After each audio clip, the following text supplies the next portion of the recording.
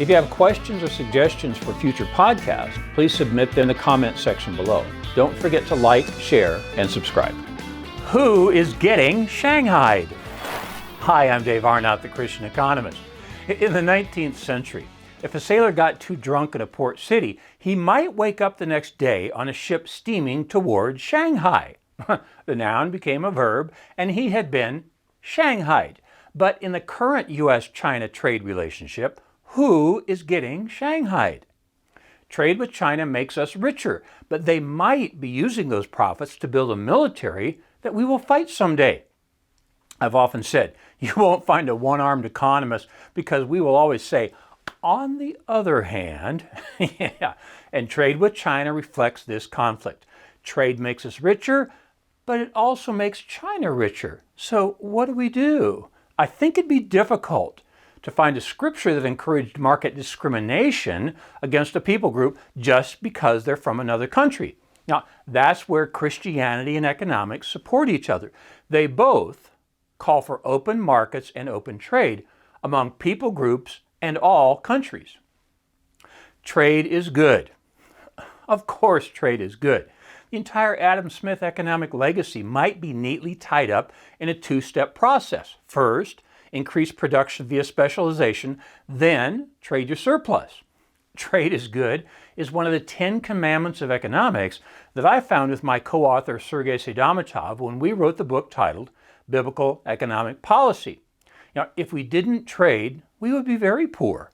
Now look, I'm pretty good at giving economics lectures and writing. I'm an average farmer, a lousy tailor, and even a worse auto mechanic. I couldn't make my own car if my life depended on it. So I specialize in writing and speaking, and I trade for food, clothes, and cars. That little economic system works at the national level also. This is still Adam Smith territory. He noticed that the French were better at making wine, but the Scots were better at making whiskey. That's why some wines, like Champagne and Bordeaux, are named for the region where they're made. I'll presume you know why they call it Scotch whiskey. Now, in the first 9 months of this year, China exported to us 210 billion more in goods than we exported to them. Now, that's the front part of the equation that they explain to you on CNN and Fox News. Now, the back part of the equation is a little more complex, so you only find that explained in the Wall Street Journal and the Economist. That's where you find this Chinese businessman holding $1 million US and trying to exchange it for something. He ends up buying a shopping mall in Cincinnati or a wheat farm in Kansas because that's where the US dollar is honored. Now, that back side of the equation is where you hear people complain, quote, the Chinese will own the US someday, end quote. Sorry, but I think that's Chicken Little economics. The sky is not falling. I heard the same thing about the Japanese in the 1990s. If the Chinese buy $210 billion worth of real estate in the US every year, there really is not even an estimate of how long it would take for them to own a meaningful percentage of US assets. Now, recently, there are reports that the Chinese are buying land near military installations. That's concerning. Trading avoids war. There's something called the Golden Arches theory of conflict prevention that goes something like this. No two countries that both have a McDonald's have ever fought a war against each other.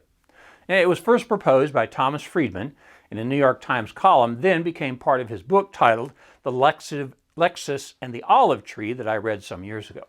Yeah, maybe it was disproven by the UK's struggle with Argentina over the Falklands and the current Russian war on Ukraine. But the concept is still valid. Trading avoids war. Now, part of the reason that Imperial Japan attacked the U.S. was because the U.S. stopped trading oil and steel with them. Okay, the U.S. had good reason. They were responding to Japan's atrocious treatment of the Chinese just across the Japanese border. Now, that's interesting to think about. My podcast today attempts to avoid war with China, and it was Japan's treatment of them that partially led to World War II. But back to economics. You can also make the economic case that part of Adolf Hitler's popularity was due to his promise to reignite the Third Reich after the cruel treatment of Germany at the Versailles Agreement. The great British economist Maynard Keynes left that conference in protest, arguing that it would cause World War II. He was right. The Versailles Agreement extracted severe financial payments by Germany. To make the payments, they simply printed up the Deutschmarks, and it caused hyperinflation. Hitler stepped on the stage and promised to get revenge on the rest of Europe.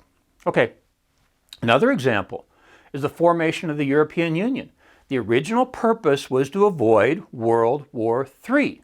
It began as a coal and steel trading agreement because coal and steel are two of the elements required to make the implements of war.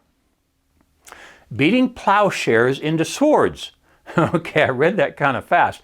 You did get the idea, didn't you? That it's backwards from the scripture in Isaiah 2:4, where we are called to beat our swords into plowshares. But see, that's kind of the problem. The conservative voices in America will warn you that when you buy a Chinese product, the profits are used to build a war machine that will be used to dominate the world. You know, that is something of a concern. But you've already heard about how we get richer by trading with China. So if we stop trading, we will be marginally poor. Then how will we be able to afford to build a military to defend the world against China's expansionist powers?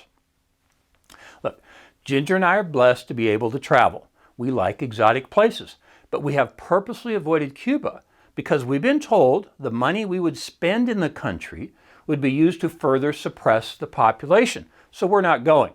Now, that's the same argument being made by the anti-China trade folks. They're concerned that the Chinese government is using profits from U.S.-China trade to build a military. The market. To some extent, the market will take care of this. As Chinese products get more expensive, consumers will follow the simple demand rule of economics and buy products from lower cost producing countries. Now, during a trip to Vietnam some years ago, one of my traveling buddies was charged with sourcing a men's shirt because costs in China were getting too high. Now, during a separate trip to China, we drove past a newly completed apartment complex. It was more than a complex. It was essentially a small city. Now, I counted the rows while one of my grad students counted the columns, and we estimated it would hold about 10,000 people. It was totally empty. And my guess is that it remains empty today. That's the problem with centralized government. None of us is as smart as all of us, but communist socialism denies that very simple fact. They continue to barrel ahead with foolish projects that will harm the economy. For more on how the U.S. might be taking us down that same foolish path, I will refer you to my podcast number 76, titled Central Planning Still Does Not Work. China's opening up in the 1980s and its membership in the World Trade Organization in 2001 ignited a new phase of globalization, bringing investment to China and cheaper consumer goods to Western consumers in the United States. For years after that, foreign companies plowed the profits they made in China back into China. But now, as growth slows, companies are pulling those profits out. There are many indications that the market is decreasing and China's economic power. The solution. A problem well stated is half solved. Well, that quote is attributed to Charles Kettering, the famous inventor and former head of research for General Motors. Well, this problem is only half solved.